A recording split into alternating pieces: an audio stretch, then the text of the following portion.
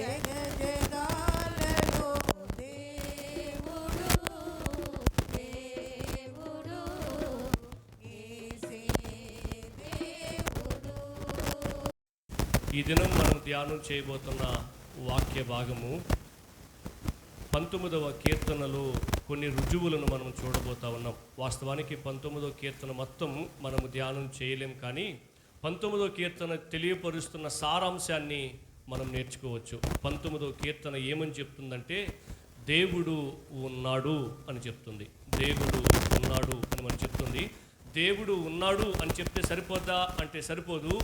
దేవుడు ఉన్నాడు అనడానికి రుజువులు కూడా చెప్తుంది. 1వ వచనం నుంచి 6వ వచనం వరకు సృష్టి దేవుడు ఉన్నాడు అని చెప్తున్నట్లుగా మనం చూస్తాం.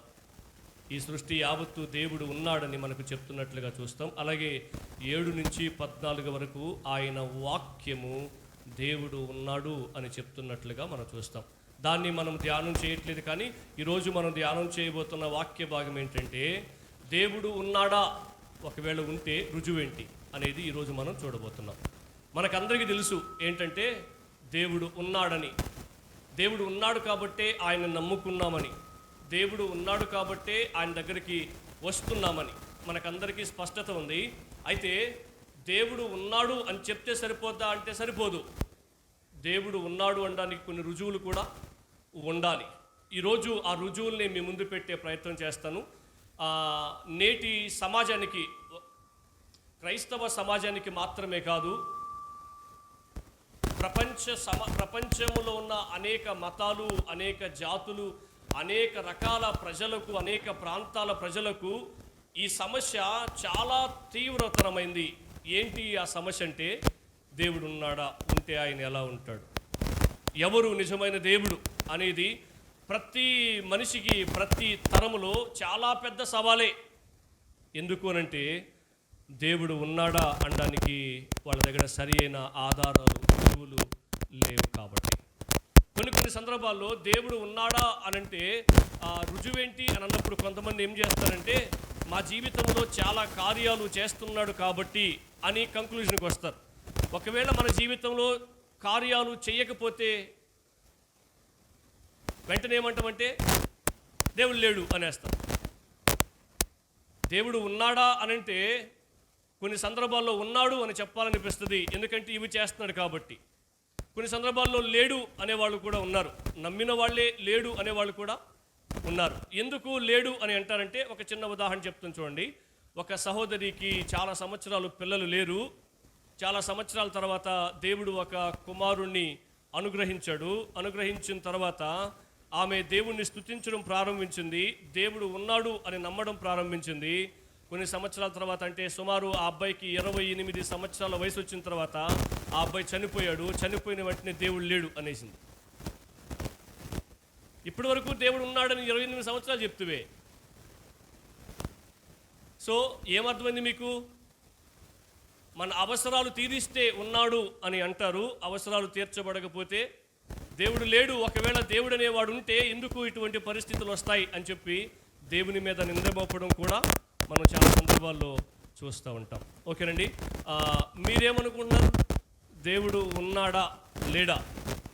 ఒకవేళ ఉంటే కనబడాలి కదా. మీరు ఎప్పుడైనా దేవుడిని చూసినారండి? చూడలేదా?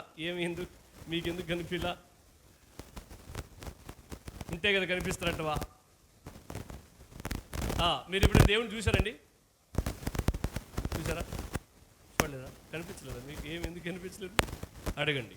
ఒక అక్క సాక్ష్యం చెప్తూ ఏమని చెప్తుందంటే, నా జీవిత ఆశయం ఏంటంటే నేను చచ్చిపోయేపు ఒక్కసారైనా దేవుణ్ణి చూసి చచ్చిపోవాలనుకుంటున్నా అని చెప్పింది. అప్పుడు నేను సాక్ష్యం అంతా చెప్పిన తర్వాత మైక్ తీసుకుని ఏమనంటే, అక్క జీవితంలో నీ ఆశ నెరవేరదు అని చెప్పి. ఎందుకంటే నువ్వు బ్రతికున్నప్పుడు దేవుణ్ణి చూడడం సాధ్యం కాదు. నువ్వు చనిపోయిన తర్వాత కూడా దేవుణ్ణి చూడడం, మీకేమైనా డౌట్ ఉంటే ప్రసంగం అయిన తర్వాత అడగండి, నో ప్రాబ్లం. బ్రతికున్నప్పుడు దేవుణ్ణి చూడడం సాధ్యం కాదు. నువ్వు చనిపోయిన తర్వాత కూడా, ఈవెన్ పరలోక రాజ్యంలో కూడా చూడడం సాధ్యం కాదు. ఏంటి సార్, పరలోకంలో కూడా కనపడ్డా దేవుడు? మరి ఇంకెందుకు పరలోకం పోవడం? ఎవరిని చూద్దామని, ఎవరిని చేరుకుందామని? ఎందుకంటే నువ్వు ఇక్కడ చూడడానికైనా అక్కడ చూడడానికైనా దేవునికి ఆకారం, శరీరం ఉండదు. ఆయన ఆత్మస్వరూపిగా ఉన్నాడు. దేవునికి మహిమ కలుగును గాక. మన దేవుడు శరీరము, ఆకారము లేనివాడు. మన దేవుడు నిరాకారుడు అని మనం గుర్తు చేసుకోవాలి. ఓకేనండి. ఒకసారంట ఒక నాస్తిక గురువు గారు, నాస్తికుడు అంటే అర్థం ఏంటంటే దేవుడు లేడు అనే భావన కలిగిన వారు, దేవుడు లేడు అని నమ్మేవారు, దేవుడు లేడు అని చెప్పేవాళ్ళు. నేను దాని గురించి మీకు రానున్న సమయంలో వివరించే ప్రయత్నం చేస్తా. ఆ నాస్తిక గురువు గారు తన శిష్యునితో పాటు కలిసి ఒక మీటింగ్కి వెళ్తున్నాడంట. ఏంటి ఆ మీటింగ్ అంటే దేవుడు లేడు అని ప్రకటించే మీటింగ్. అక్కడికి వస్తున్న ప్రజలందరికీ కూడా ఆయన దేవుడు లేడు అని ప్రకటించడానికి, రుజువు చేయడానికి వెళ్తా ఉన్నాడంట. వెళ్తున్నప్పుడు మార్గ మధ్యంలో పెద్ద వర్షం పడింది, తుఫానుగా మారిపోయే పరిస్థితులు వచ్చినాయి. అప్పుడు ఆ శిష్యుడు అన్నాడంట, ఏమని తెలుసా, గురువుగారు ఈ వర్షంలో మనం చనిపోయేటట్లున్నాం, మమ్మల్ని రక్షించేవాడు ఎవడు లేడా అని చెప్పి పెద్దగా అరవడం, కేకలు వేయడం ప్రారంభించాడంట.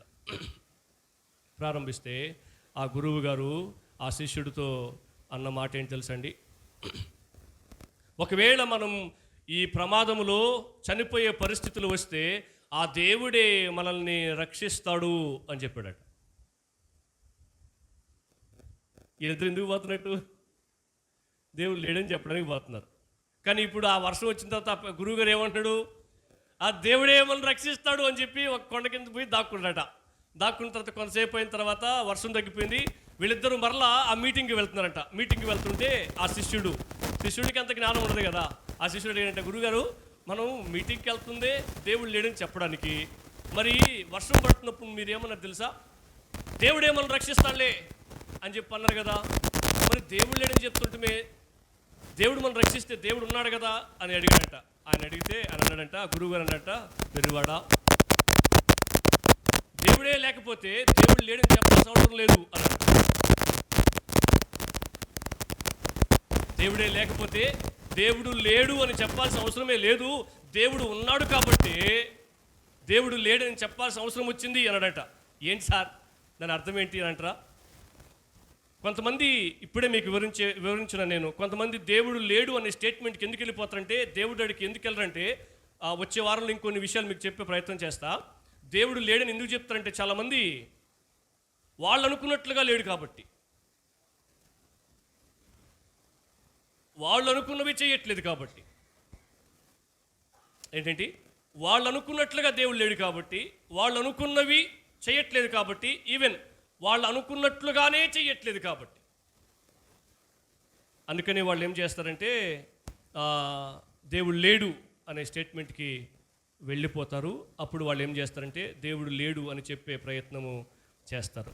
A.W. టోజర్ అనే సేవకుడు ఏమని తెలుసండి, దేవుడు లేడు అని చెప్తున్న వాళ్ళని ఉద్దేశించి చెప్పాడు మాట ఏమని తెలుసా, ఈ భూమి మీద మనుషులందరూ ఏకమై దేవుడు లేడు అని చెప్పి నాస్తికులుగా మారిపోయినా ఏంటంట, ఈ భూమి మీద ఉన్న మనుషులందరూ దేవుడు అనేవాడు ఎవడూ లేడు అంటే, మనం చాలామంది దేవుడికి పిలువబడుతూ ఉన్నారు, వాళ్ళందరూ కూడా దేవుడు కాకపోయినా, దేవుడు లేడని ప్రతి మతం చెప్పినా అది ఏ మాత్రం దేవుని ఉనికిని ప్రభావితం చేయలేదు అన్నాడు. అంటే ప్రజలందరూ, మనుషులందరూ దేవుడు లేడని చెప్పినా దేవుడికి పెద్ద నష్టం రాదట. మనం దేవుడు లేడని చెప్పినా దేవునికి పెద్ద నష్టం రాదు. నెక్స్ట్ స్టేట్మెంట్ అదే, దేవుడు ఉన్నాడని చెప్పినా దేవుడికి పెద్ద లాభం రాదు. దేవుడు లేడని చెప్తే ఆయనకి కాదు నష్టం, చెప్తున్న వ్యక్తికి నష్టం. దేవుడు ఉన్నాడని చెప్తే ఆయనకి కాదు లాభం, చెప్తున్న వ్యక్తికి లాభం. అర్థమవుతుందండి? ఎందుకని, దేవుడు ఉన్నాడా లేడా అని తెలుసుకోవాల్సిన అవసరత ప్రతి మానవునికి ఉంది. అందుకనే సృష్టి ప్రారంభం నుంచి సృష్టి ముగించేంత వరకు దైవ చింతన, దైవాన్వేషణ, దేవుని చూడాలనే కోరిక, దేవునికి చెప్పుకోవాలనే కోరిక ప్రతి తరములో వస్తూనే ఉంది. అందుకని అనేక మంది దేవుడు ఇలా ఉంటాడు, అది కూడా రానున్న వారంలో మీకు చెప్పే ప్రయత్నం చేస్తా. దేవుడు ఇలా ఉంటాడు, ఈయనే దేవుడు అని వాళ్ళు ఏం చేస్తున్నారంటే ఆయననే ఆరాధించడం, ఆయనకే నమస్కరించడం, ఆయనకే ప్రార్థించడం, ఆయన మీదే ఆధారపడడం, ఆయన ఎదుట సాగిలపడడం ప్రారంభించాడు. అందుకనే 14వ కీర్తనలో ఒక మాట రాశారు. 14వ కీర్తన 1వ అధ్యాయం చదువుతారండి ఒకసారి ఎవరైనా? కీర్తన గ్రంథం 14వ అధ్యాయం 1వ వచనం. ఏంటట? దేవుడే లేడు అని బుద్ధిహీనులు ఏంటట? దేవుడు లేడని వాళ్ళని ఎలా పోల్చారు? బుద్ధిహీనుడు తమ హృదయములో అనుకుంటారు. దేవుడు లేడని బుద్ధిహీనులు తమ హృదయములో అనుకుంటారు. అర్థమవుతుందా? వాళ్ళు నయం. ఇంకో రకమైన బుద్ధిహీనుని పరిచయం చేయను మీకు. పాపం వాళ్ళు డిక్లేర్ చేసేసినారు. ఏమని? దేవుడు లేడ్, నా జీవితం నా ఇష్టం అని డిసైడ్ అయిపోయారు. సరే, వాళ్ళు తంటలోళి అందరని. ఎందుకంటే వాళ్ళ జీవితం వాళ్ళ చేతిలో లేదని వాళ్ళు ఖచ్చితంగా గుర్తిస్తారు ఒక దినాన. అందులో ఎటువంటి సందేహం లేదు. ఇంకో రకమైన బుద్ధిహీనులను పరిచయం చేస్తా చూడండి. నో ప్రాబ్లం, నేను బహిరంగ చెప్పకపోయినా మీరు గెస్ చేయగలరు దాని విషయాన్ని. మనిషి తాగడానికి దేవుడు పాలని ఇచ్చాడు, విసర్జించడానికి దేవుడు మూత్రాన్ని ఇచ్చాడు కదండి. కానీ దేవుడి దగ్గరికి వెళ్తే దేవుడు ఏం చేయమంటున్నాడంట? కొంతమంది యొక్క విశ్వాసం పాలని పారబోసి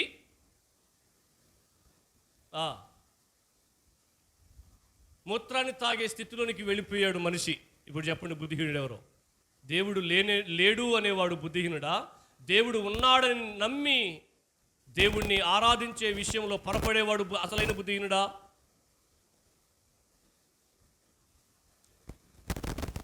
ఓహో, వాళ్ళని కాబట్టి కొద్ది సాటిస్ఫాక్షన్ ఉందా? సరే, మన దగ్గరికి వచ్చేద్దాం క్రైస్తవ్యంలోకి. ఈరోజు ఉదయం ఒక అవ్వగారు నన్ను పిలిచి, పాస్టర్ గారు గేటు పెడుతున్నాం, వచ్చి ప్రార్థన చేయండి అని చెప్పింది. వెళ్ళి గేటు పెడుతున్నప్పుడు ప్రార్థన చేశాం. ఆ అవ్వ ఏం చేసిందంటే కొబ్బరి సోన డబ్బా తెచ్చిన తర్వాత ప్రార్థన చేసేసిన కొబ్బరి సోన డబ్బా ఇచ్చింది. ఏమంటారు, కొబ్బరి సోన డబ్బా కాకుండా అవ్వ కోసం మళ్ళీ రిపీటెడ్గా రెండోసారి కూడా ప్రార్థన చేసిన. ఎందుకంటే అవ్వకు అలవాటు అయిపోయింది ఏమని? కొబ్బరి సోన డబ్బాకి ప్రార్థన చేయించుకోవడం. కొబ్బరి సోన డబ్బాకి ఏమని ప్రార్థన చేయాలా? ప్రభా, ఈ అవ్వ ఎన్నిసార్లు వాడుతున్న కొబ్బరి సోన అవ్వకూడదు ప్రభు అని ప్రార్థన చేయాలా? వాడుతూ ఉంటే ఎందుకు అయిపోకుండా ఉంటుంది?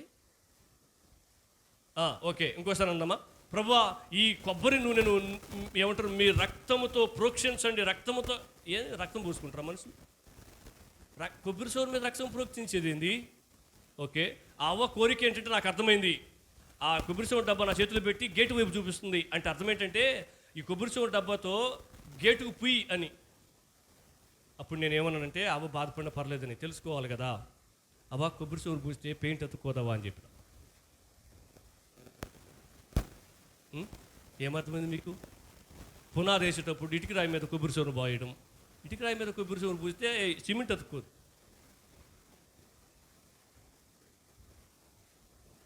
చెప్పండి, ఏది బుద్ధిహీనత? దేవుడు లేడని చెప్పడం బుద్ధిహీనత కాదు. దేవుడు ఉన్నాడని చెప్పి కూడా నిజమైన దేవుడి వైపు తిరగకుండా, ఆ దేవుడిని ఆరాధించే పద్ధతుల్లో మార్పులు చేసుకోకుండా, దేవుడి మీద ఆధారపడకుండా కొబ్బరి సోన డబ్బా మీద ఆధారపడడం. యేసన్న గారు బ్రతుకున్నప్పుడు చెప్పాడు ఈ స్టేట్మెంట్. ఒక అక్క వచ్చిందట అలాగే కొబ్బరి సోన డబ్బాకి ప్రార్థన చేయమని. నేను కూడా ప్రార్థన చేయించుకున్నాను అలా చేత తెలియనప్పుడు. కొబ్బరి సోన డబ్బాకి ప్రార్థన చేసిన తర్వాత అక్క ఏం చేసింది తెలుసా? ఇంటికెళ్ళి అటవ మీద పెట్టిందట, కబోర్డ్లో పెట్టిందట. పెట్టి వాళ్ళ పిల్లలు కాళ్ళు చాపుకొని పడుకుంటారు కదా, పడుకునేటప్పుడు ఆ కొబ్బరి సోన డబ్బా వైపు ఆ పిల్లలు కాళ్ళు పెడితే, దేవుడు ఉన్నాడట. ఎక్కడున్నాడు? కొబ్బరి సోన డబ్బాలో. తిప్పు కాళ్ళట అంటుందట ఆమె. దేవుడి వైపు కాళ్ళు చెప్తావా నువ్వు? ఈవెన్ కొబ్బరి సోన డబ్బా నీ కబోర్డ్లో పెట్టుకున్నా ఒకటే, యేసు ప్రభు పటం నీ కబోర్డ్లో పెట్టుకున్నా ఒకటే. ఎందుకు? దేవుడు నిరాకారుడు, దేవునికి ఆకారం లేదు, ఆయన వాక్యమై ఉన్న దేవుడు. కబోర్డ్లో వాక్యం పెట్టుకో, దేవుడు సంతోషిస్తాడు. ఆ వాక్యం నీతో మాట్లాడుతుంది. ఎందుకంటే యేసు ప్రభు ఆ ఫోటోలో ఉన్న వ్యక్తి అసలు కాదు. ఒకవేళ యేసు ప్రభు ఆ ఫోటోలో ఉంటే ఆయన కూడా విగ్రహారాధన అయిపోద్ది. ఆ దేవుడిని ఆరాధించడం ఒకటే, ఆ పటంలో ఉన్న దేవుడిని ఆరాధించడం ఒకటే. ఎందుకని? యేసు ప్రభు కాలంలో కెమెరాలు లేవు.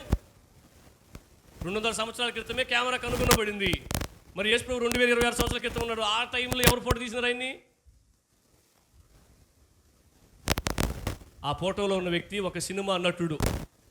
సినిమా నటుడిని ఆరాధిస్తున్నామా మనం? ఎంత ఘోరంగా ఉంది పరిస్థితి. ఒక సినిమాలో యేసు ప్రభు లాగా యాక్ట్ చేసిన వ్యక్తి అయినా ఆయనే స్టేట్మెంట్ ఇచ్చాడు. కావాల్సింటే మీరు గూగుల్ సెర్చ్ చేసి చూడొచ్చు. అయ్యా, నేను యేసు ప్రభుని కాదయ్యా, అందరూ నా పట్టాలు కట్టించుకుని ఇంట్లో పెట్టుకుంటారు అయ్యా అని చెప్పినాడు ఆయన. ఏమర్థమైంది మీకు? ఎవరు బుద్ధిహీనులు తెలుసా అండి? దేవుడు లేడనే వాళ్ళు పెద్ద బుద్ధిహీనులు కాకపోవచ్చేమో, కానీ దేవుడు ఉన్నాడని తెలిసి ఆయనను సరిగా అర్థం చేసుకోలేని వ్యక్తి సరి అయిన బుద్ధిహీనుడు అవుతాడు. ఈరోజు దేవుడు ఉన్నాడా అనడానికి కొన్ని రుజువులు మీ ముందు పెట్టే ప్రయత్నం చేస్తా. మనందరం అంగీకరిస్తాం దేవుడు ఉన్నాడని చెప్పి. అది మనందరి యొక్క విశ్వాసం. దేవుడు లేడని చెప్పే వాళ్ళని నాస్తికులు అంటాం. దేవుడు ఉన్నాడు అని చెప్పే వాళ్ళని ఆస్తికులు అంటాం. మనందరిని ఏమంటామంటే ఆస్తికులు అని పిలుస్తాం. దేవుడు ఉన్నాడు అని మనందరం నమ్ముతాం. కొంతమంది దేవుడు లేడు అని నమ్ముతారు. అర్థమైందండి? నెంబర్ 1, మొదటిది దేవుడు ఉన్నాడు అనడానికి మొదటి రుజువు. దేవుడు ఉన్నాడు అనడానికి మొదటి రుజువు చదువుతారా? 19వ అధ్యాయం, కీర్తన గ్రంథం 19వ అధ్యాయం 1వ వచనం. ఆకాశములు దేవుని మహిమను వివరిస్తూ ఉన్నాయి. అంతరిక్షము ఏం చేస్తుందంట? దేవుని చేతి పనిని ప్రచురపరుస్తున్నాయి. ఏంటవి? ఆకాశం, అంతరిక్షం, సృష్టి యావత్తు కూడా. ఒక్క భాషలో మనం చెప్పాలంటే, అంటే ఈ వచ్చిన మనకి ఏం నేర్పిస్తుందంటే దేవుడు ఉన్నాడు అనడానికి సృష్టి రుజువుగా ఉంది. Number 1, creation. దేవుడు ఉన్నాడు అనడానికి మొదటి రుజువు ఏంటంటే మన కంటికి కనిపిస్తున్న ఈ సృష్టి యావత్తు. సృష్టిలో అనేక భాగాలు ఉన్నాయి. సూర్య, చంద్ర, నక్షత్రాలు ఉన్నాయి. భూమి, నీరు, ఆకాశం, గాలి, నిప్పు, ఇవన్నీ కూడా ఉన్నాయి. ఈ సృష్టిలో అవన్నీ కూడా భాగమే. వాటన్నిటినీ చూస్తూ ఉన్నప్పుడు మనకు అర్థమవుతున్న విషయం ఏంటంటే దేవుడు అనేవాడు ఉన్నాడు. ఒకవేళ దేవుడు లేకపోతే ఈ సృష్టి లేదు అని మనకు అర్థమవుతుంది. అయితే నాస్తికుల వాదన మీకు చెప్పే ప్రయత్నం చేయనండి. నాస్తికులు ఏమని నమ్ముతారంటే చార్లెస్ డార్విన్ అనే శాస్త్రవేత్త కానీ, తర్వాత ఏమంటారు గ్రెగరీ అనే శాస్త్రవేత్త కానీ, వీళ్ళందరూ కూడా ఏమని ప్రతిపాదించారంటే ఈ సృష్టి యావత్తు కూడా ఎలా సృష్టించబడింది అంటే అణు పరిణామ సిద్ధాంతం ద్వారా ఏమంటారు వచ్చింది ఈ భూమి మీదకి. మనం అందరం కూడా చదువుకున్న వాళ్ళమే. పరిణామ సిద్ధాంతం ద్వారా అంటే సింపుల్, మనందరికీ అర్థం అవ్వాల్సిన విషయం ఏంటంటే ఒక పెద్ద కొండ ఉందంట, పరమాణువు, ఒక పెద్ద కొండలాగా. ఆ పెద్ద కొండ గ్యాసెస్ బాగా ఏమంటారు ఒకదానికొకటి ఢీకొని ఆ మహా విస్ఫోటనం ద్వారా పెద్ద కొండ పేలిందంట. పేలి ముక్కలు ముక్కలుగా పడిపోయిందంట. వాటిలో ఒక ముక్క భూమి అంట. నిజమేనండి? సరే అనుకుందాం. వాటిలో ఒక ముక్క భూమి, వాటిలో ఒక ముక్క చంద్రుడు, వాటిలో ఒక ముక్క సూర్యుడు. అయితే ఆ పెద్ద కొండ ఎక్కడి నుంచి వచ్చింది? ఆ కొండ పేలితేనే కదా ముక్కలైనవి. సూర్యుడు ఒక ముక్క, చంద్రుడు ఒక ముక్క, తర్వాత భూమి యొక్క ముక్క అయింది. ఆ పెద్ద కొండ ఎవరు సృష్టించారు? నువ్వు అన్నట్టుగానే. కొంతకాలం తర్వాత అదే డార్విన్ అనే సేవకుడు మానవ జాతిని నేను తప్పుదారి పట్టించానని చెప్పి 1920లో పశ్చాత్తాపడి చనిపోయాడు. మానవ జాతినంతా నేను తప్పుదారి పట్టించిన అర్థమవుతున్నా, నేను కొన్ని ప్రతిపాదనలు చేసినాను. సిద్ధాంతం వేరు, ప్రతిపాదన వేరు. ఆయన ఒపీనియన్ అది. దాన్ని టెక్స్ట్ బుక్లోకి తెచ్చేసి చదువులాగా అందరికీ నేర్పించేశారు. మానవ జాతి అంతటిని నేను తప్పుదారి పట్టించనని చెప్పి పశ్చాత్తాపంతో చనిపోయాడంట ఆ డార్విన్ అనే వ్యక్తి. ఓకే, ఇది సృష్టి గురించి. మరి మన దగ్గరికి వద్దాం. మన సంగతి ఏంటి? సృష్టి నాకు కొండబేలి ముక్కైందని చెప్పినారు. ఎండనే బాగుంది. మన పరిస్థితి ఇంకా ఘోరం. చెప్పండి, మానవుడు ఎలా పరిణామం చెందాడండి? అంటే మనుషులందరూ కోతులండి, మనుషులు కాదండి. అంటే ఏమంటారు, మనం కోతి జాతి నుంచి వచ్చినావా? ఏమంటారు, ఎంత హాస్యాస్పదంగా ఉంది, ఎంత బాధాకరంగా ఉంది. సరే, ఆనగారు చెప్పినట్లుగానే గ్రెగరీ అనే శాస్త్రవేత్త కూడా చెప్పాడు. ఏమనంటే మనిషికి ఏమంటారు, ఆకారం, గుణం, అవయవాల నిర్మాణం ఇవన్నీ కూడా క్రోమోజోములపై ఆధారపడి ఉంటాయి అని చెప్పి ప్రతిపాదించాడు 1927లో గ్రెగరీ అనే శాస్త్రవేత్త. ఓకే, అంటే అర్థం ఏంటంటే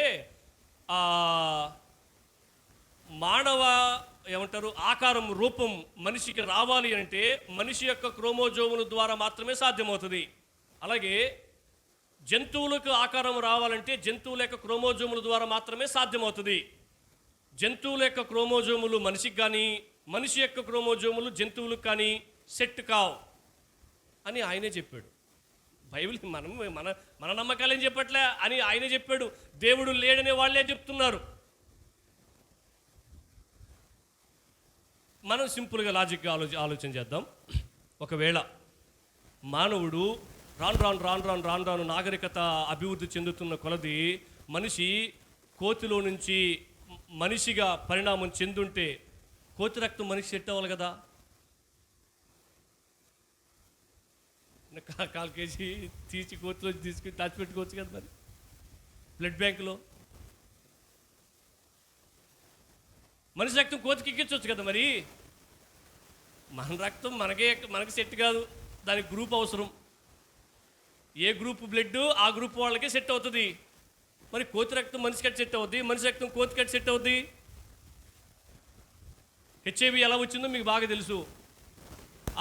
ఏమంటారు, ఆ హెచ్ఐవి సోకడం ద్వారా మనిషి చనిపోతున్నాడు, కోతిని చనిపోవట్లే. మరి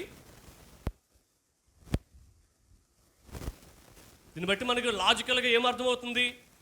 ఖచ్చితంగా మనిషి కోతుల నుండి అయితే పరిణామం చెందలేదు అని మనకు స్పష్టంగా అర్థమవుతుంది. ఎంత చదువుకున్న వ్యక్తికైనా ఈజీగా అర్థమవుద్ది, ఏం చదువుకున్న వ్యక్తికైనా ఈజీగా అర్థమవుద్ది. అర్థమవుతుందండి. అయితే మరి మనిషి ఎలా సృష్టించబడ్డాడు అని అంటే మనకందరికీ అర్థమవుతున్న విషయం ఏంటంటే దేవుడే మానవుని యొక్క సృష్టికర్త. ఆదికాండం 1వ అధ్యాయం 27, 28 వచనాల్లో మనం ఈ మాటలు చూస్తాం.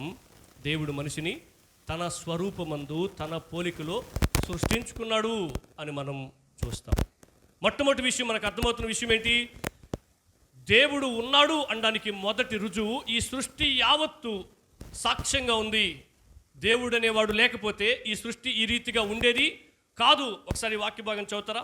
యోబు గ్రంథం 9వ అధ్యాయం 7వ వచనం. యోబు గ్రంథం 9వ అధ్యాయం 7వ వచనం.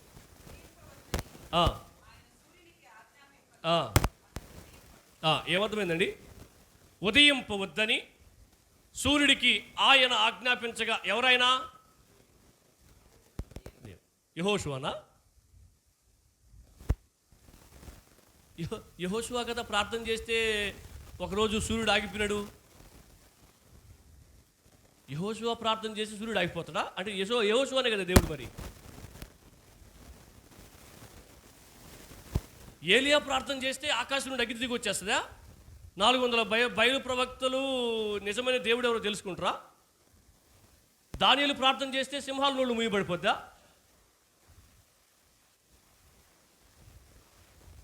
ఏమంటారు?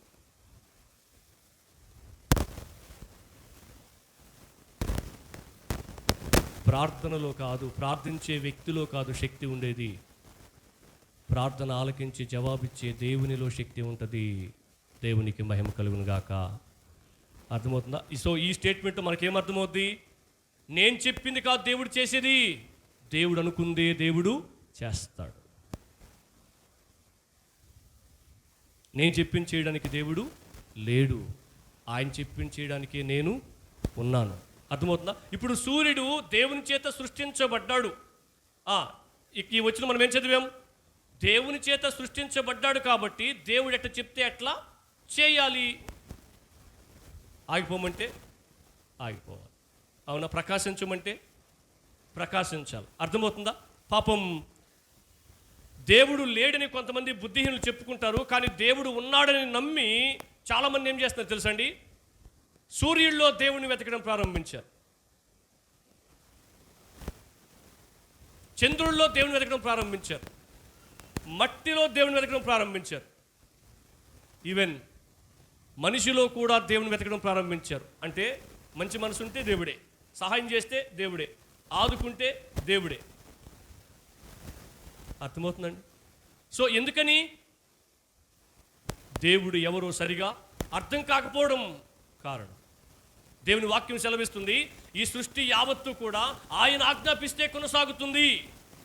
ఎందుకంటే ఆయనే సృష్టికర్త కాబట్టి. సూర్యుని నిలువరించే శక్తి ఎవరికి లేదు, భూమిని నిలువరించే శక్తి ఎవరికి లేదు, సముద్రమును ఇంకొద్దిగా జరపడం కానీ ఇంకొద్దిగా పైకి జరపడం కానీ సాధ్యం ఎవరికి కాదు. కానీ దేవుడు సముద్రానికి ఆజ్ఞాపిస్తే తెచ్చేస్తాడు, భూమి మీదకి తెచ్చేసాడు లేదా? తెచ్చేసాడు. భూమికి దేవుడు ఆజ్ఞాపిస్తే భూమి కదిలిపోద్ది. ఈ భూమి కదలడం, ఈ వాటర్ కదలడం, సూర్యుడు కదలడం, చంద్రుడు కదలడం, ఇవన్నీ మనం చూస్తూ ఉంటే మనకేమర్థమవుతుందో తెలుసా? అవి వాటి వాటి కక్షలో తిరగడానికి కారకుడు ఒక ఆయన ఉన్నాడు, ఆయనే దేవుడు. ఆయన మీకు తెలుసా అండి, సుమారు నాకు తెలిసి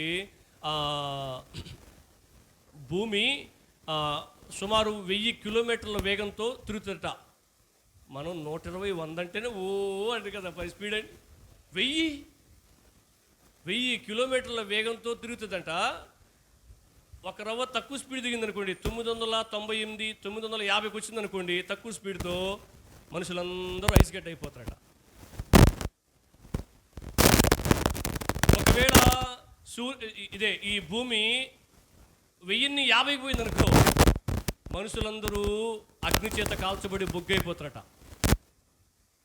తక్కువ స్పీడ్ తిరిగినా ప్రమాదమే, ఎక్కువ స్పీడ్ తిరిగినా ప్రమాదమే. వాటి కక్షలో, దేవుడు నియమించిన కక్షలో తిరగడానికి కారణమేమో తెలుసండి?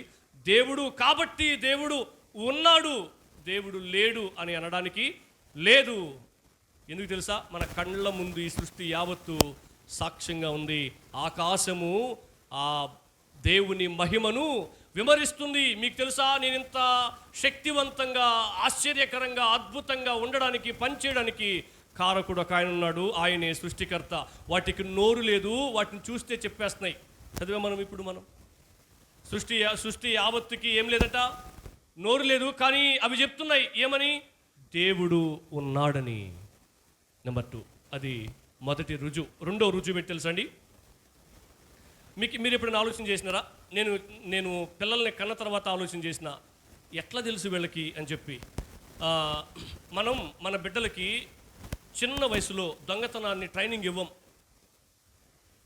ఎవరు ఏ తల్లి ఏ తండ్రి కూడా ఇవ్వరు. కానీ వాళ్ళు ఏం చేస్తారు? టీచర్ చూడకుండా, తోటి స్టూడెంట్స్ చూడకుండా సైగ్గా పెన్సిల్ రబ్బర్ దొంగతనం చేసుకొచ్చేస్తారు ఇంటికి. ఒకసారి ఆలోచన చేయండి, సైగ్గా ఎందుకు దొంగతనం చేసిన వాళ్ళు? అందరి ముందు ఎందుకు దాన్ని తీసుకొని వాళ్ళు బ్యాగ్లో పెట్టుకునేది? వాళ్ళు సైగ్గా చేశారంటే అర్థం ఏంటి?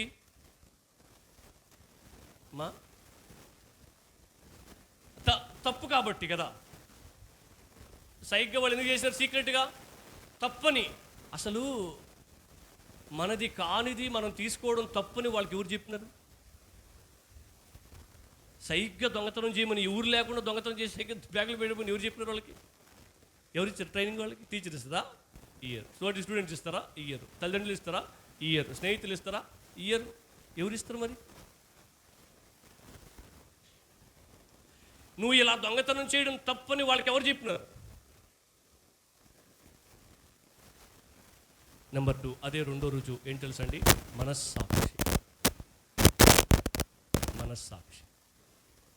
మనస్సాక్షి చెప్తుంది. అందుకనే వాళ్ళు ఏం చేస్తారు తెలుసా? సీక్రెట్గా దొంగతనం చేస్తారు. అర్థమవుతుంది? అక్కడ 19వ కీర్తనలో ఆ మాట రాశారు. ఉందా అండి? చదువుతారు ఒకసారి ఆ మాట.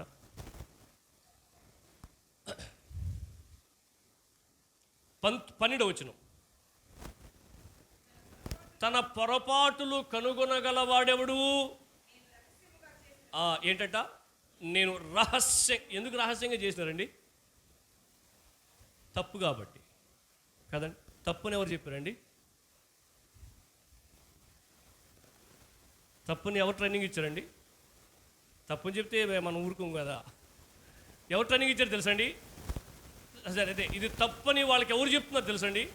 వాక్యంతో ప్రమేయం లేకుండా, తర్వాత ఏమంటారు సేవకునితో ప్రమేయం లేకుండా, ఒకసారి నేను ఒక మంచి కాన్ఫరెన్స్కి వెళ్ళి ఆ కాన్ఫరెన్స్లో క్వశ్చన్ అండ్ ఆన్సర్స్ అవర్ పెడితే లేచి మైక్ తీసుకుని ఇలా అడిగాను.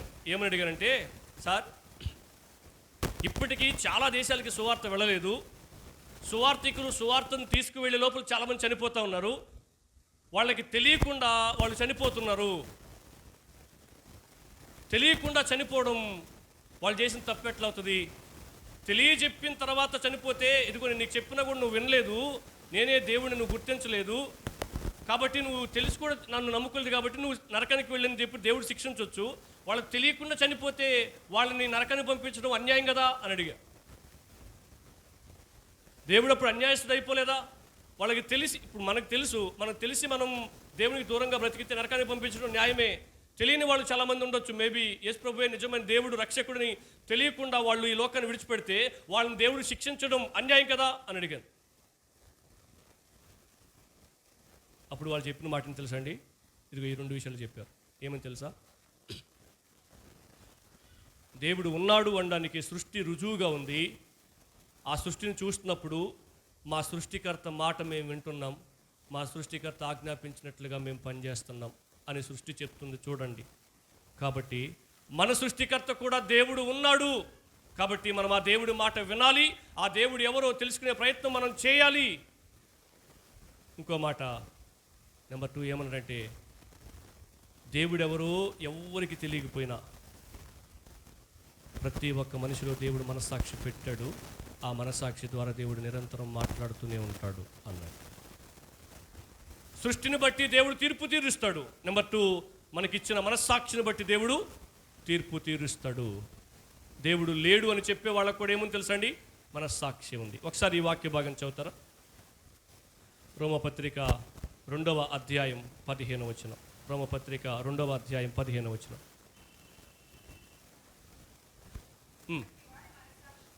అదిగోండి, అట్టివారి మనస్సాక్షి కూడా సాక్ష్యమిచ్చుచుండగను. ఇప్పుడు ఏంటి సాక్ష్యం అండి? మనస్సాక్షి. విడదీసి రాయండి, అర్థం చెప్పండి.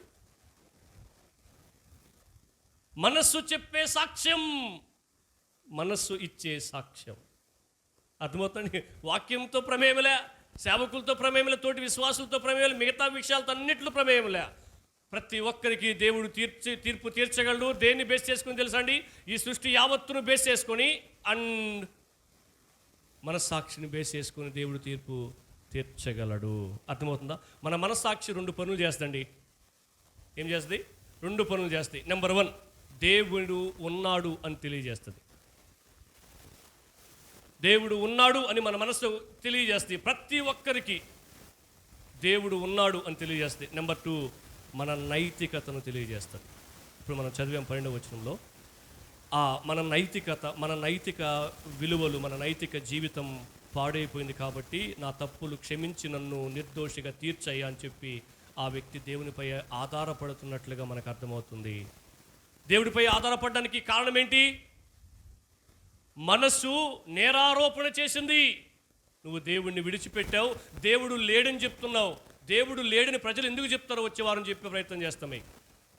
దేవుడు లేడు అనే స్టేట్మెంట్ ప్రజలు ఎందుకు ఇచ్చేస్తారో తెలుసండి? దానికి కొన్ని కారణాలు ఉంటాయి. వచ్చే వారం మనం చూస్తాం దాని గురించి. దేవుడు లేడు అని చెప్పి నీ ఇష్టానుసారంగా నువ్వు జీవిస్తూ ఉన్నావు, అది నా దృష్టికి పాపం. కాబట్టి నువ్వేం చేయాలి తెలుసా?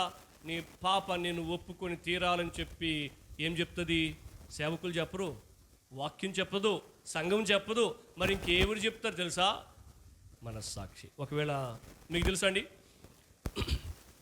రక్షింపబడని వ్యక్తి సంతోషంగా టీవీ చూడొచ్చేమో, టీవీలో ఏమైనా చూడొచ్చేమో. రక్షింపబడిన వ్యక్తి తలుపేసుకొని చూస్తాడు. తలుపుతో ఏం సంబంధం సార్ అని అంటే, మనస్సాక్షి నేరారోపణ చేస్తుంది. మనస్సాక్షి నేరారోపణ ఏం చేస్తుందంటే, వాళ్ళు చూస్తారేమో, వీళ్ళు చూస్తారేమో, వాళ్ళు వస్తారేమో, వీళ్ళు వస్తారేమో కాదు. దేవుడు అనేవాడు ఉన్నాడు, దేవుడు చూస్తున్నాడు, దేవుడికి తలుపడ్డం కాదు. మీకు తెలుసా చర్చికి వచ్చి వాక్యం వినడం ఎంత ప్రమాదమో తెలుసా? ఇన్ని వెళ్ళిపోయిన తర్వాత మన మనసు మనల్ని కుదురుగా ఉండనేది. చెప్తానే ఉంటుంది, మనకు గుర్తు చేస్తూనే ఉంటుంది. వినకపోతే ఏ ఇబ్బందిలే. కానీ ఇప్పుడు వెళ్ళే మీరు పరీక్ష చేసి చూడండి, ఏంటి తెలుసా, తలుపేసుకొని టీవీ చూడండి, అసలు మీరు సంతోషం. వాడు ఎంత నవ్విస్తున్నా నవ్వు రాదు మీకు, వాడు ఎంత ఏడిపిస్తున్నా ఏడుపు రాదు. మనం చెప్తాడు, చూడబాక్ దేవుడు చూస్తా, చూడబాక్. ఇది మామూలు పోరాటం కాదు. తిన్నదరగదు, పండుకున్నా నిద్ర పట్టదు. మనం ఎంత సౌకర్యవంతమైన లగ్జరీ మెటీరియల్స్ ఏర్పాటు చేసుకున్నా మనసు కుదురుగా ఉండనీదు. ఎందుకు తెలుసండి, మన మనసు దేవుడు అనేవాడు ఉన్నాడు. ఆ దేవునికి మనం విధేయులమై ఉండాలి. ఆ దేవుని మాటను మనం గౌరవించాలి. ఆ దేవుడి మాటకు మనం లోబడాలని నిరంతరం చెప్తూనే ఉంటుంది. కొంతమంది లోబడతారు, కొంతమంది లోబడరు, మన సాక్షిని పీకి చెప్తారు. దానికోసం మనం ఏం చేస్తాం తెలుసా, మేము 5 నిమిషాలు ఆదివారం, సోమవారం నుంచి శనివారం వరకు నాన్ స్టాప్ చూసేవాళ్ళు ఉన్నారు. మేమే చలవ రోజు. ఆహా, పాపానికి సైజు ఉందా? చిన్న పాపము ఉండదు, పాపానికి సైజు లేదు. నువ్వు ఒక్కసారి చేసినా 100 సార్లు చేసినా అంతే. ఒకసారి చూసినా, రోజు చూస్తున్నా ఒకే శిక్ష ఉంటుంది. గుర్తుపెట్టుకోండి. కవరింగ్లు కాదు, కరెక్షన్. మేము ఆదివారమే, వాళ్ళు వారమంతా కాదు. నువ్వు వాళ్ళ వైపు నుంచి చూస్తున్నావు. అలా అనుకుంటే అసలు చూడని వాళ్ళని ఎందుకు ఎగ్జాంపుల్గా తీసుకోవట్లే, రోల్ మోడల్గా మాదిరిగా తీసుకోవట్లే. మాట్లాడిన వాళ్ళని ఎందుకు ఎగ్జాంపుల్గా తీసుకోవట్లే, భక్తి జీవితం ఎదుగుతున్న వాళ్ళని ఎందుకు ఎగ్జాంపుల్గా తీసుకోవట్లే. మీరు మీ జీవితంలో ఎదగడానికి, జీవితంలో పతనం అయిపోయిన వాళ్ళని ఎగ్జాంపుల్గా తీసుకుంటారా, జీవితంలో బాగుపడి ఎదిగిన వాళ్ళని ఎగ్జాంపుల్ తీసుకుంటారా? అందరూ అనిల్ అంబానీ గారు మీరు ఇంత డబ్బులు ఎలా సంపాదించారని మైకాన్ని వేడబెడతారు, కానీ బిచ్చెత్తుకునే కాదు ఎందుకని నీ జీవితం అయిపోయింది అడగతామా? అడగం. అనిల్ అంబానీ కాడికి పోతాం. ఎందుకంటే బెటర్ పొజిషన్లో ఉన్న వాళ్ళని మాదిరిగా తీసుకుంటాం, కానీ బెటర్ పొజిషన్లో లేని వాళ్ళని మాదిరిగా తీసుకోం. దైవికంగా ఉన్న వాళ్ళని మాదిరిగా తీసుకోవచ్చు కదా. మరి ఎందుకు తెలుసండి, పాపం తాత్కాలిక ఉపశమనాన్ని, పాపం తాత్కాలిక సంతోషాన్ని కలిగిస్తుంది. కాబట్టి ఆ సంతోషం మనకు పరిచయమైంది. కాబట్టి దానికోసం మనం సాకులు చెప్పుకొని కవర్ చేస్తున్నాం దాన్ని. డాక్టర్ దగ్గర మనం ఏది దాపరికం పెట్టకూడదని మనకు అందరికీ తెలుసు. డాక్టర్ దగ్గర మనం అన్నీ ఒప్పుకోవాలని మనం తెలుసు. మన మనస్సాక్షి మనపై నేరారోపణ చేస్తున్నప్పుడు, ప్రభువా నిజమే, నేను వీటి జోలికి ఇక వెళ్ళను. నన్ను ఎవరూ చూడకపోవచ్చు, సంఘం చూడకపోవచ్చు, సేవకులు చూడకపోవచ్చు, సమాజం చూడకపోవచ్చు, కానీ నువ్వు ప్రతి స్థలంలో ఉన్నావు. యెహోవా కనుదృష్టి ప్రతి స్థలం మీద ఉన్నది. అవి మంచి వారిని చూస్తుంది, చెడ్డవారిని కూడా చూస్తుంది. వాని క్రియలకు తగిన ప్రతిఫలాన్ని రేపు దేవుడు ఇవ్వబోతున్నాడు అని తెలుసుకున్న వ్యక్తి తన మనస్సాక్షి గుర్తు చేసిన వెంటనే బయటకు వచ్చే ప్రయత్నం చేస్తారు. మనస్సాక్షి దేవుడు ఉన్నాడు అని చెప్పి రుజువు చేస్తుంది. నెంబర్ 3, మూడవది, యోహాను సువార్త 11వ అధ్యాయం 25వ వచనం. యోహాను సువార్త 11వ అధ్యాయం 25వ వచనం చదువుతారండి.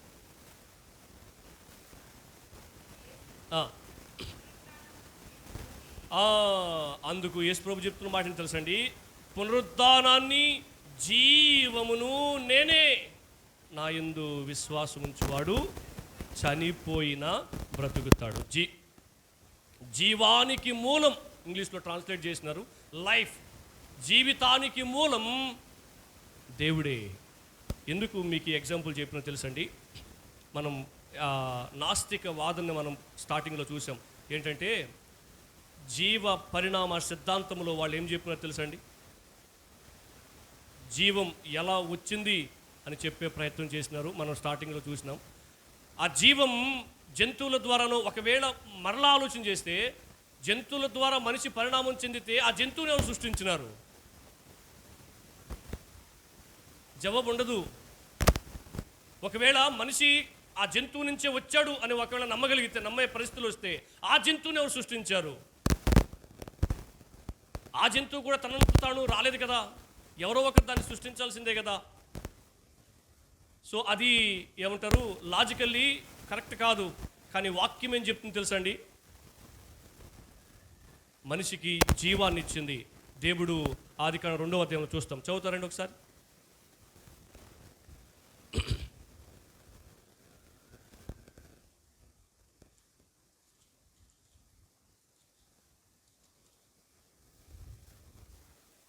7వ వచనం, 2వ అధ్యాయం 7వ వచనం చదువుతారండి. దేవుడైన యెహోవా నేల మట్టితో నరుని నిర్మించి వారి నాసికారంధ్రములో అండర్లైన్ దిస్ వర్డ్ జీవ వాయువును ఊదగా నరుడు అదండి. మనిషికి దేవుడు శరీరాన్ని ఇచ్చిన తర్వాత ఆయనే తన ఊపిరిని ఊదాడు.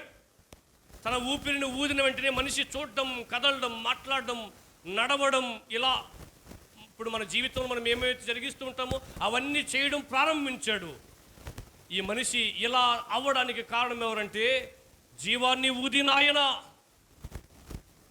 ఆయనే జీవాధిపతి అయిన యేసు. అక్కడ పైన రాస్తున్నారు ఏమని తెలుసా? దేవుడైన యెహోవాయే మనిషికి రూపాన్నిచ్చాడు, జీవాన్నిచ్చాడు అని అర్థమవుతుంది. జీవ ప్రదాత అని పిలుస్తాం ఆయనని. నెంబర్ 3, జీవము అనేది దేవుని ద్వారా వచ్చింది. దేవుడు ఉన్నాడు అనడానికి అది 3వ రుజువు. 4వ రుజువులోకి వెళ్దాం. కీర్తన గ్రంథం 90వ అధ్యాయం 2, 3, 4 వచనాలు చదువుతారండి. కీర్తన గ్రంథం 90వ అధ్యాయం. చాలా సంతోషం, మీరు అందరూ దేవుని వాక్యం తీస్తున్నారు, చాలా సంతోషం. అలా నేర్చుకోవడం చాలా మంచి లక్షణం. 90వ అధ్యాయం చదువుతారండి. చూడండి ఈ సృష్టి అంతా కలగక ముందు గురించి మాట్లాడుతున్నాడు. పర్వతములు పుట్టక మునుపు, భూమిని లోకమును నీవు పుట్టింపక మునుపు. ఎంత అసలు దేవుని ఉనికి గురించి, దేవుని యొక్క గొప్పతనాన్ని గురించి ఎంత గొప్ప మాటలు చెప్తున్నాడు తెలుసా అండి. చాలామంది ఏం చేస్తున్నారు తెలుసా? యేసుక్రీస్తు చనిపోయాడు, ఆయన సృష్టిలో భాగం, సృష్టికి ముందు ఆయన లేడు అని చెప్పే ప్రయత్నం చేస్తున్నారు. కానీ ఈ వచనం మనకి ఏం చెప్తుంది తెలుసా అండి? ఆయన సృష్టిలో భాగం కాదు, ఆయన సృష్టికి అతీతంగా ఉన్నవాడు అని చెప్తుంది. ఎలా చెప్తుంది? పర్వతాలు పుట్టక మునుపు, భూమి లోకము దానిని నువ్వు పుట్టింపక మునుపు. అక్కడ కూడా సృష్టికర్త ఆయన అర్థమవుతుంది. సృష్టి తనంతట తాను రాలేదని అర్థమవుతుంది. నువ్వే సృష్టిని పుట్టించావు. అంత మాత్రమే కాదు, యుగ యుగాలకంటే ఎలా చెప్తావు? There is no end. ఆదియు అంతము లేనివాడు ఆయనకి స్టార్టింగ్ పాయింట్ ఉండదు, ఆయనకి ఎండింగ్ పాయింట్ ఉండదు. మనిషికి స్టార్టింగ్ పాయింట్ ఉంటుంది, మనిషికి ఎండింగ్ పాయింట్ ఉంటుంది. ఆయన దేవుడు, ఆయనకి ప్రారంభం ఉండదు, ఆయనకి ముగింపు కూడా ఉండదు. యుగ యుగాలకి నువ్వే దేవుడు. ఇంకెలా అర్థం చేసుకోవాలి చెప్పండి? యుగ యుగాలకి ఆయనే దేవుడు. ఈ సృష్టి మొత్తం కలుగజేయబడక ముందు, ఒకవేళ ఈ పోడియని మనం కొలమానంగా తీసుకుంటే, ఇక్కడ సృష్టి ప్రారంభించబడింది అని అనుకుంటే ఆయన ఇక్కడ ఎక్కడో ఉంటాడు. ఇక్కడ దాకా ఎందుకు పిలిచారంటే చెయ్యి ఎంత దూరం సాగింది కాబట్టి ఇంకా ఉన్నాడు ఆయన. ఒకవేళ సృష్టి ఇక్కడ ముగించబడుతుంది అని అనుకుంటే ఆయన ఇక్కడెక్కడో ఉంటాడు. ఎందుకు తెలుసా అండి? ఆయనకు ప్రారంభము లేదు, ఆయనకి ముగింపు లేదు. చిన్న స్టేట్మెంట్తో ప్రజలు ఏం చేస్తున్నారు తెలుసా? ఆయన లేడు అని చెప్పేస్తున్నారు. ఇప్పుడు సృష్టి గురించి మాట్లాడాడు, తర్వాత వచ్చిన చదవండి. అద్దుకోండి, నీవు మనుష్యులను మంటికి మార్చుచున్నావు, నరులారా తిరిగి రండని నీవు సెలవిచ్చుచున్నావు. నీ దృష్టికి 1000 సంవత్సరములు గతించినా నిన్నటి వలె ఉన్నవి. ఎన్ని సంవత్సరాలు అండి? 1000 సంవత్సరాల 1000 సంవత్సరాలు గడిస్తే ఎస్టర్డే అన్నట్టు ఉంటుందట. ఆయన ఎలా అర్థం చేసుకోగలమైంది? ఆయన సన్నిధిలో ఒక్క దినము గడిపితే 1000 దినాల ఆశీర్వాదం అంటారు. ఎలా అర్థం చేసుకోగలమైంది?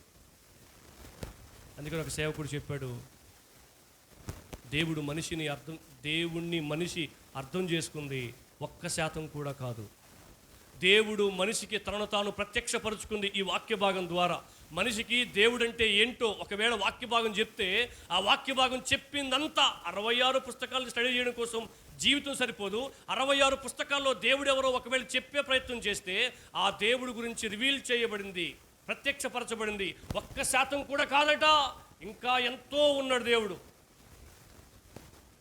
ఇంకా ఎంతో ఉన్నాడు దేవుడు. ఏమర్థమైంది తెలుసండి? ఆదికాండం 2వ అధ్యాయంలో మనం చూసినప్పుడు మనిషి యొక్క సృష్టికర్త దేవుడు అని అర్థమైంది. అంత మాత్రమే కాదు, 90వ కీర్తన 3-4 వచనాల్లో మనం చూసినప్పుడు మనిషి యొక్క జీవితాన్ని ముగించేది కూడా దేవుడే అని అర్థమైంది. ఇప్పుడు చెప్పండి, ఈ జీవితం ఎవరిది? మందా అండి? దేవుడిది. ఎందుకని? ఆయన మన సృష్టికర్త, ఆయన మన లయకర్త. గాడ్ అన్న పదంలో 3 అర్థాలు దాగబడి ఉన్నాయి. గాడ్ అనే పదానికి ఎన్ని అక్షరాలు ఉన్నాయి? 3. GOD కదండి. గాడ్ అంటే జనరేటర్, ఏమంటాం? క్రియేట్ చేయవాడు, కలుగజేయవాడు, సృష్టికర్త అని పిలుస్తాం మన భాషలో. ఓ ఫర్ ఆపరేటర్, కొనసాగించువాడు, నిర్వర్తించువాడు, నడిపించువాడు. మనం చూసాం, సూర్యుడికి ఆజ్ఞ ఇచ్చినప్పుడు సూర్యుడు ప్రారంభమయ్యాడు. అర్థమవుతుందా? ఈ గుండెకు ఆజ్ఞ ఇచ్చింది ఎవరు తెలుసండి? ఆయనే. గుండె అంట సంవత్సరానికి 4 కోట్ల సార్లు కొట్టుకుంటుందట సుమారు. ఎన్ని కోట్ల సార్లు? 4 కోట్ల సార్లు, నాన్ స్టాప్గా. ఒక్క క్షణం అది నువ్వు కాసేపు రెస్ట్ తీసుకున్నాడు అనుకోండి, ఇంక మన పరిస్థితి ఏమర్థమైంది మీకు? గుండెకు ఆజ్ఞ ఇచ్చింది కూడా ఆయనే. ఏమర్థమైంది? గుండె నువ్వు చెప్పినట్లు పనిచేయదు, డాక్టర్లు చెప్పినట్లు కూడా పనిచేయదు, ఆయన చెప్పినట్టు పనిచేస్తుంది. ఒకసారి దేవుడు ఉన్నాడు అని చెప్పి ఒక పాస్టర్ గారు మీటింగ్ పెట్టి వాక్యం చెప్పడం స్టార్ట్ చేశాడట. వాళ్ళలో ఒక శాస్త్రవేత్త వచ్చి మానవుని యొక్క సృష్టికర్త దేవుడు అని ప్రారంభిస్తే, అవునా దేవుడు మానవుని చేసినాడా?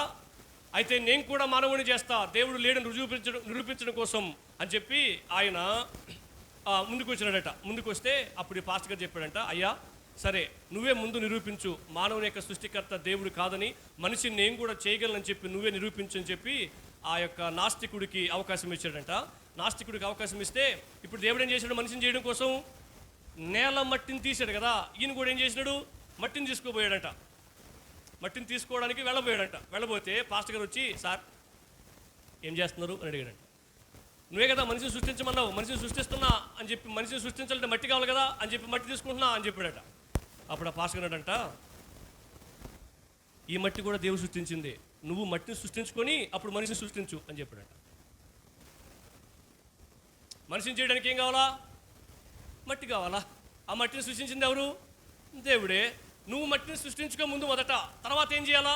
మనిషిని చేద్దువు కానీ అన్నాడట. ఏమర్థమైంది?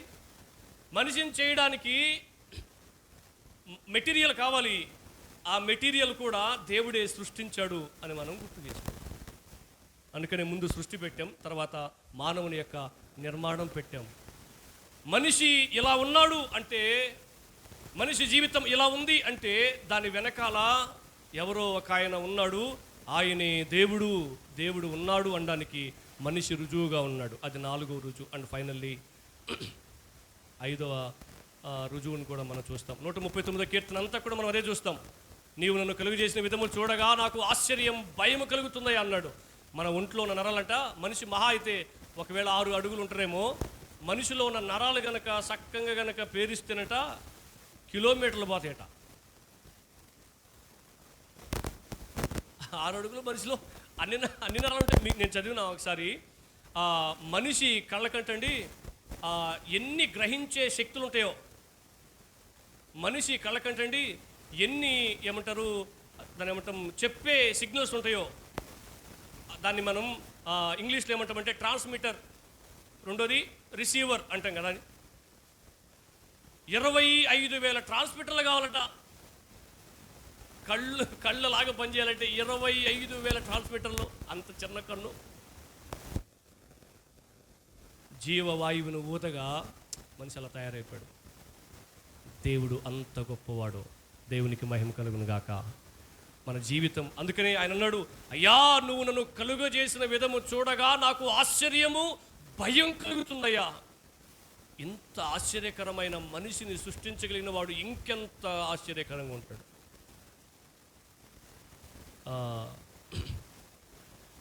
ఇక మనిషి కనుగొన్న విషయాల జోలికి వెళ్తే అద్భుతాలు, మనిషి కనుగొన్న విషయాలు చూస్తే ఆ మనిషి అంత అద్భుతాలని కనుగొనడానికి వెనకాల ఉన్న శక్తి దేవుడు.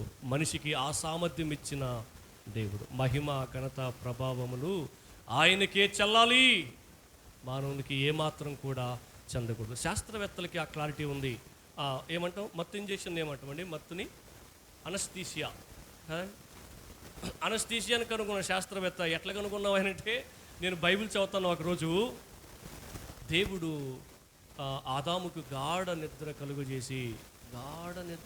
చేసాడంటే మొత్తం ఏమంటారు, మత్తు మాత్రం వేసినట్టు. ఓకే, గాఢ నిద్ర కలుగు చేయడం అంటే ఇక్కడ ఏదో దేవుడు చేసినాడని చెప్పి ఏం చేసినాడు తెలుసా?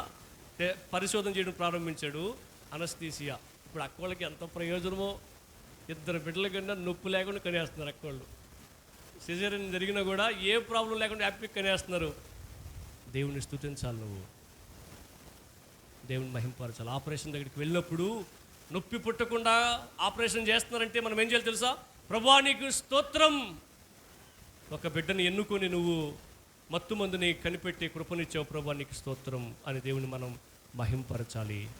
నెంబర్ 5, ఫైనల్లీ ఈ మాట చెప్పి మనం ముగించేస్తాం. తెలుగులో 5వది ఏంటంటే కారణం మరియు ఫలితం అని గుర్తుపెట్టుకోండి. కాజ్ అండ్ ఎఫెక్ట్ థియరీ అంటాం దాన్ని మనం. మీరు ఆన్లైన్లో కూడా చూడొచ్చు. కారణం మరియు ఫలితం అంటే అర్థం ఏంటంటే, ఉదాహరణకి పెన్ను ఉంది కదండి, ఇది అట్టొచ్చేసిందా ఆకాశం నుంచి? రాలా. ఎట్లొచ్చింది మరి? ఎవరో ఒక ఆయన తయారు చేశాడు. ఏడాయన? పెన్ను తనంతట తను రాలా, ఎవరో ఒక ఆయన తయారు చేశాడు. ఏడి? లేడన్న మాత్రం, కళ్ళ ముందు లేడన్న మాత్రాన్ని అసలు లేకుండా పోయాడు అనడానికి కుదరతుందా? కుదరదు. ఎందుకని? ఇది ఉంది అనడం ఎంతవరకు వాస్తవమో, దీన్ని సృష్టించిన సృష్టికర్త కూడా ఉన్నాడు అనడం అంతే వాస్తవం. దాన్నే కాజ్ అండ్ ఎఫెక్ట్ థియరీ అంటాం. ఇక్కడ మన కళ్ళ ముందున్న ప్రతి మెటీరియల్ ఏది వాడినా కూడా దాన్ని తయారు చేసిన వ్యక్తి ఒక ఆయన ఉన్నాడు, ఉంటాడు గ్యారంటీగా. ఎందుకు తెలుసు? ఆ వస్తువు మన కళ్ళ ముందు ఉంది కాబట్టి. ఆయన మన కళ్ళ ముందు లేడు అన్నంత మాత్రాన, మనం ఆయన్ని చూడలేదు అన్నంత మాత్రాన అసలు ఆయన పూర్తిగానే లేకుండా లేడు అని అనడానికి అవకాశమే లేదు. ఎందుకు తెలుసా అండి? అది మన కళ్ళ ముందు ఉందంటే ఆయన ఉన్నాడు అన్నను రుజువు. ఒకసారి న్యూటన్ అనే సేవకుడు, జాన్ న్యూటన్ అనే సేవకుడు వాళ్ళ ఇంట్లో నక్షత్రాలను చూసే మిషన్ని తయారు చేస్తూ ఉంటే ఆ న్యూటన్కి మరొక స్నేహితుడు ఉన్నాడంట, శాస్త్రవేత్త. ఆ శాస్త్రవేత్త నాస్తికుడు అంటే ఎవరు? దేవుడు లేడు అని నమ్మే ఆయన. ఈయన విజిట్ చేయడం కోసం సడన్గా ఇంట్లోకి వచ్చి, అరే ఎంత పెద్ద మిషన్, ఎంత గొప్ప మిషన్, దీన్ని ఎవరు తయారు చేస్తుంటారో అన్నాడంట. అప్పుడు ఆ న్యూటన్ అనే వ్యక్తి అన్నాడంట, మీకు తెలుసా అండి, ఎక్కువ శాతం మంది శాస్త్రవేత్తలు యేసుప్రభువుని నమ్ముకున్న వాళ్ళే. దేవునికి మహిమ కలుగును గాక. వాళ్ళు అంత గొప్ప పరికరాల్ని కనిపెట్టడానికి బిహైండ్ వాక్యం, బైబిల్ వాక్యం. భూమి బలపరుపుగా ఉందని ఒక ఆయన ప్రతిపాదించాడు. కాదు, గోళాకారంగా ఉందని బైబిల్లో చదివాడు ఒక ఆయన. భూమి బలపరుపుగా లేదని చెప్పాడు. అదే నిన్న మనం చెప్పుకుంటాడు. కానీ సృష్టి ప్రారంభానికి ఏమంటారు, బైబిల్ రాయబడిన మొట్టమొదటి పుస్తకంలో చెప్పారు, యోబు గ్రంథంలో ఏమని తెలుసా?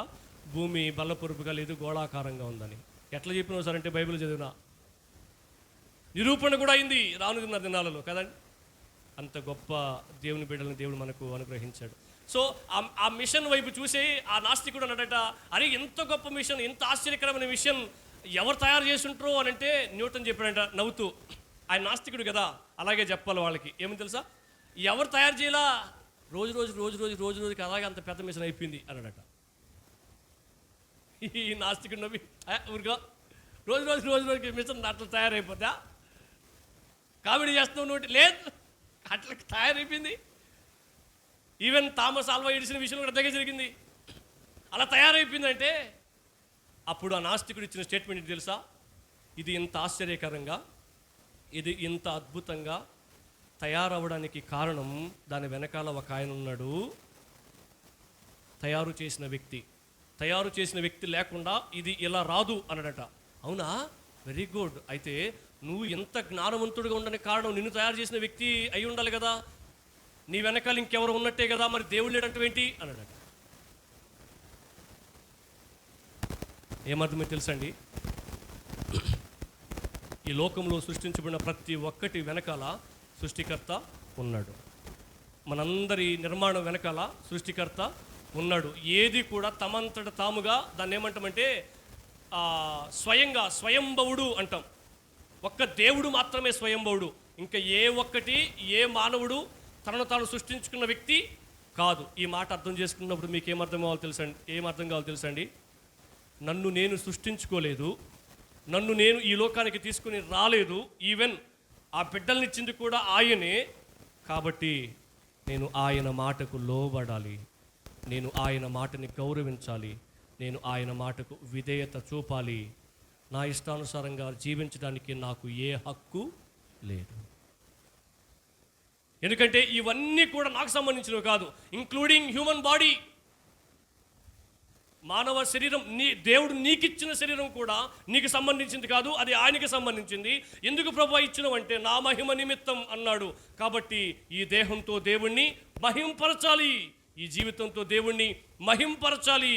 నా జీవితం నా ఇష్టం కాదు, నా జీవితం నా ఇష్టానుసారం కాదు. ఈ జీవితం ఆయన ఇష్టం, ఈ జీవితం ఆయన ఇష్టానుసారం. ప్రభువా, కొన్ని సందర్భాల్లో నా మనసు గాయపడినప్పుడు, నేను అనుకుంది జరగనప్పుడు నువ్వు లేవని ఉన్నాడా? ఉంది కదా పాట. ఉన్నాడా? ఉంటే నా జీవితం ఎందుకు ఎట్లా ఉంటుంది? రమ్మను, కనపడమను, అడగతాను, ప్రశ్నిస్తాను, నిలదీస్తాను. నిలదీస్తావా దేవుని చక్కబట్టుకునే? నిలదీస్తారా దేవుణ్ణి అని చాలామంది దేవుడుంటే మా జీవితాలు ఇట్లా ఎందుకు అయిపోతాయి అని చెప్పి ప్రశ్నించారు. అప్పుడప్పుడు నీ జీవిత ప్రయాణం నీకు కూడా అటువంటి తలంపులు వచ్చి ఉండొచ్చు. ఆయనలాగా నిన్ను పట్టించుకునే వారు ఎవరు లేరు, ఇంత ఆశ్చర్యకరంగా సృష్టించిన వారు ఎవరు లేరు, నీకోసం ప్రాణం పెట్టేంత ప్రేమ కలిగిన వాడు ఎవరు కూడా లేదు. ప్రభువా, నా పట్ల ఇంత కన్సర్న్ నీకుంది, నీకు స్తోత్రం అని ప్రభువుకి స్తుతులు చెల్లిస్తూ ప్రార్థన చేసుకుందాం. తల్ల ఉంచుతాం, ప్రార్థన చేసుకుందాం.